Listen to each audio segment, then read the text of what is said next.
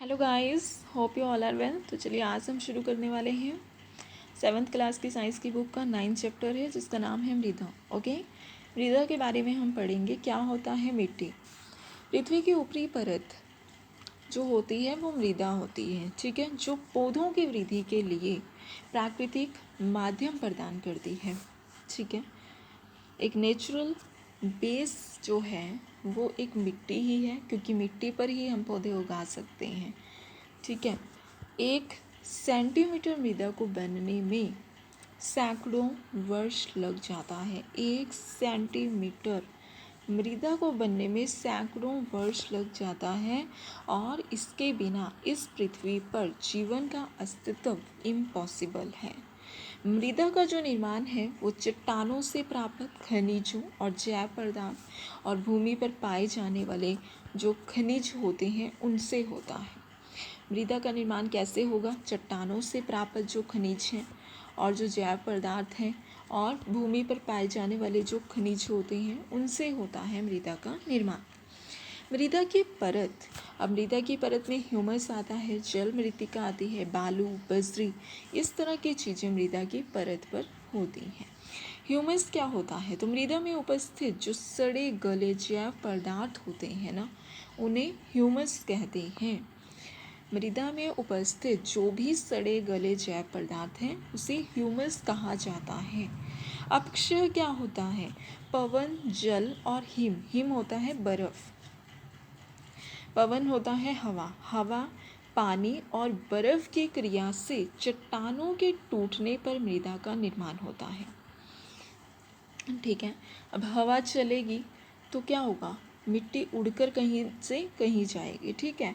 और अगर पानी का बहाव होगा तो मिट्टी को बहाकर कहीं और लेकर चला जाएगा, या फिर बर्फ़ पिघलेगी लेगी तो बाढ़ आएगी।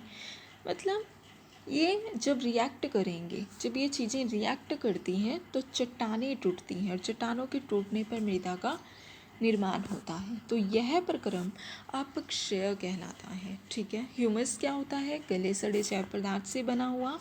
अपक्षय क्या होता है? जब भी पवन, जल और हिम की वजह से चट्टानें टूटती हैं तो मृदा का निर्माण होता है।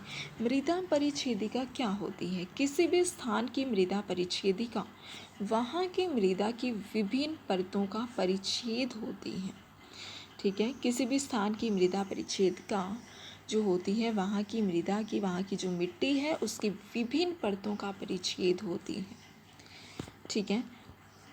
संस्तर स्थितियाँ क्या होती हैं? प्रत्येक परत स्पर्श, रंग, गहराई और रासायनिक संगठन में डिफरेंट है, ठीक है। प्रत्येक जो परत होती है, जो मिट्टी है उसकी प्रत्येक परत वो स्पर्श करेंगे तो भी डिफरेंट होगी। अगर आप उसका कलर देखें तो वो भी डिफरेंट होगा। मतलब हर परत उसकी डिफरेंट डिफरेंट कलर की होती है, उसकी गहराई डिफरेंट डिफरेंट होती है, उसका जो रासायनिक संगठक होता है वो डिफरेंट होता है। कहने का भाव ये है कि अब जैसे एरिया वाइज ही देखें तो जैसे लद्दाख की जो मिट्टी है वहाँ पर अलग टाइप की मिट्टी होती है, ठीक है। एक स्थलीय एरिया है वहाँ पर एक अलग टाइप की मिट्टी है, एक जल वाला एरिया है वहाँ पर अलग टाइप की मिट्टी होती है, उसका कलर अलग होता है, उसकी गहराई अलग होती है, ठीक है। उसमें जो केमिकल्स होते हैं उसके केमिकल संगठन अलग होते हैं। मतलब ये कि जो पृथ्वी की जो मिट्टी है, मिट्टी जो है वो अलग अलग स्थान पर अलग अलग टाइप की होती है, डिफरेंट कलर डिफरेंट जो होती है, ठीक है, जिसे कि संस्तर स्थितियाँ कहा जाता है। आई थिंक आप समझ चुके होंगे कि ह्यूमस क्या है, सड़े गले जैव पदार्थ, अपक्षय क्या है, चट्टानों के टूटने से बनना, मृदा परिच्छेदिका क्या होती है, जो कि मृदा की विभिन्न परतों का परिच्छेद करती है। और जो संस्तर स्थितियाँ हैं उसमें ये लिखा है कि हर जगह की जो मिट्टी है वो डिफरेंट टाइप की होती है, ठीक है। तो उसके बाद हम पढ़ने वाले हैं शीर्ष मृदा। सबसे ऊपर वाली जो संस्तर स्थिति होती है वो सामान्यतः गहरे कलर की होती है। सबसे ऊपर वाली जो मिट्टी होती है वो गहरे कलर की होती है, क्योंकि यह ह्यूमस और खनिजों से समृद्ध होती है। शीर्ष मृदा कृमियों, कृंतकों, चंचूंदर अनेक जीवों का आवास प्रदान करती है। छोटे पादपों की जड़ें पूरी तरह से शीर्ष मृदा में ही रहती हैं। छोटे जो पौधे होते हैं ठीक है, उनकी जड़ें पूरी तरह से शीर्ष मृदा में ही रहती हैं। ठीक है, छोटे पादप जैसे कुछ खेतों में भी कुछ खरपतवार जैसा उग जाता है, छोटे पादप उग जाते हैं अपने आप, तो उनकी बात की गई है। तो ऐसे जो पौधे हैं ना, वो शीर्ष मृदा में ही रहते हैं। ठीक है, मध्य परत की बात करते हैं तो शीर्ष मृदा से नीचे की जो परत होती है उसमें ह्यूमस कम होती है, लेकिन खनिज उसमें अधिक होते हैं। ठीक है, अब जो सबसे ऊपर वाली मिट्टी है, मृदा है, उसमें क्या होगा, ह्यूमस और खनिज दोनों ही समृद्ध हैं, दोनों ज़्यादा मात्रा में हैं। लेकिन जो मध्य परत है उसमें ह्यूमस तो कम है लेकिन खनिज अधिक हैं, और ये परत सामान्यतः अधिक कठोर और अधिक सख्त होती है।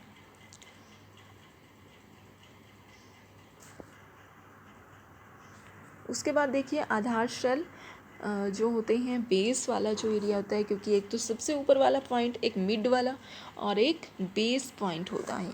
तो ये जो आधार शेल होता है जो कि दरारों और विद्रोह युक्त शैलों के छोटे ढेलों की बनी होती है, इसे फावड़े से खोदना कठिन होता है। मतलब ये इतनी ज़्यादा हार्ड मिट्टी होती है कि इसे जो है फावड़े से खोदना भी बहुत मुश्किल हो जाता है।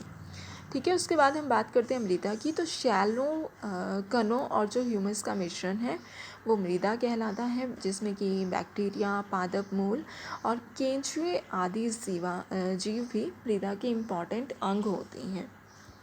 ठीक है,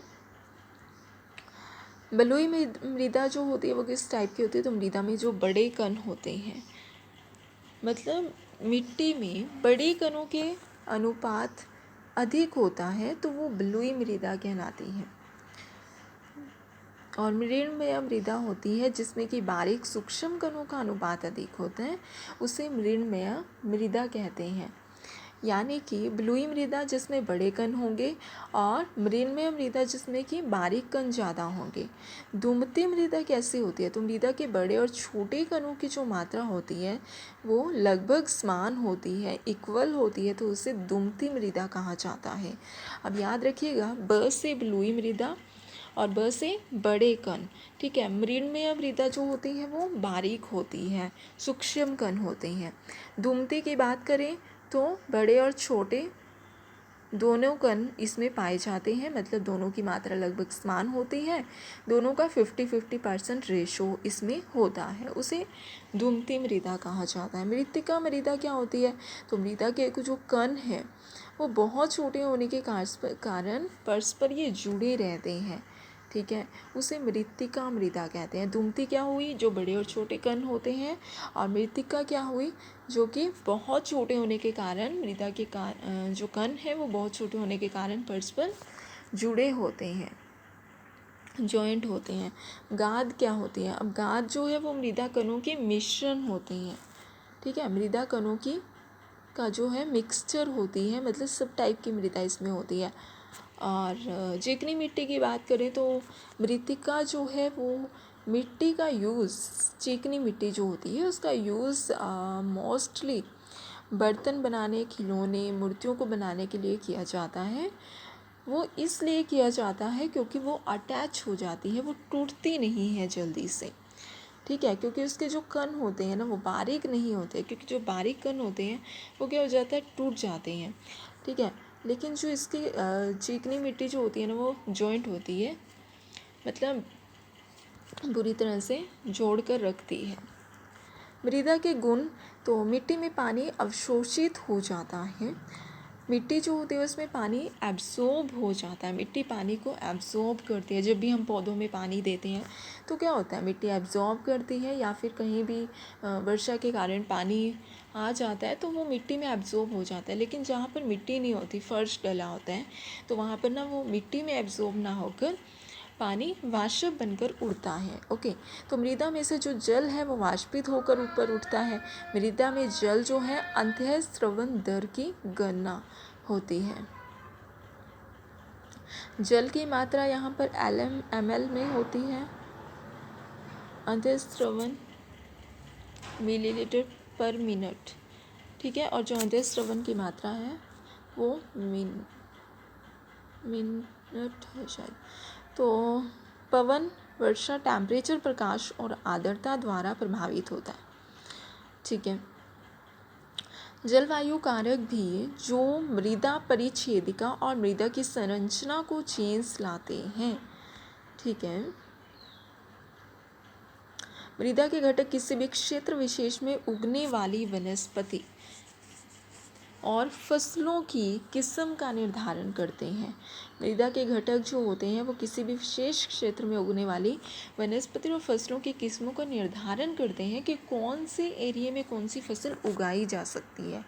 क्योंकि जो पहाड़ी एरिया होता है वहाँ पर जो है अलग टाइप की फसल उगाई जाती है। वहाँ पर जो वृक्ष होते हैं वो कुछ इस टाइप के बने होते हैं, जैसे जो पहाड़ी एरिया पर जो वृक्ष बने होते हैं ना वो इस टाइप के बने होते हैं, ठीक है। इसी तरह वहाँ की जो वनस्पति है वो भी डिफरेंट होती है, वहाँ पर जो फसल उगती है वो भी एक डिफरेंट टाइप की होती है। और ये निर्धारण करता है, क्या निर्धारित करती है, मृदा निर्धारित करती है कि किस जगह की मृदा जो है वो किस टाइप की है और उस पर क्या उगाया जा सकता है, ठीक है। उसके बाद देखिए मृदा और फसलें। मृत्तिका जो है चिकनी मिट्टी, मृत्तिका चिकनी मिट्टी को कहा गया है। ये जो है दोमट मृदा, अभी दोमट मृदा हमने पढ़ा जो कि मिक्सचर होता है, मतलब जिसमें कि बड़े और छोटे कण जो है इक्वल मात्रा में होते हैं, उसे दोमट मृदा या दुमती मृदा कहा गया है। वहाँ पर हम गेहूँ, चना और धान उगाने के लिए मतलब ये मृदा उपयुक्त होती हैं। कपास को बलुई दोमट मृदा में उगाया जाता है। बलुई मृदा भी हमने जो पढ़ा क्या था, बड़े कण जो होते हैं, ठीक है। मतलब कपास उगाने के लिए बलुई मृदा की ज़रूरत होती है, मतलब बलुई मिट्टी में उसे उगाया जाता है। और कपास जो है वो काली मृदा में उगाया जाता है, ठीक है। जल की निकासी आसानी से हो जाती है और पर्याप्त परिमाण में वायु को धारण करती है। तो देखिए आज की वीडियो हमारी इतनी है, फिर मिलते हैं नेक्स्ट वीडियो के साथ। Bye bye guys, take care.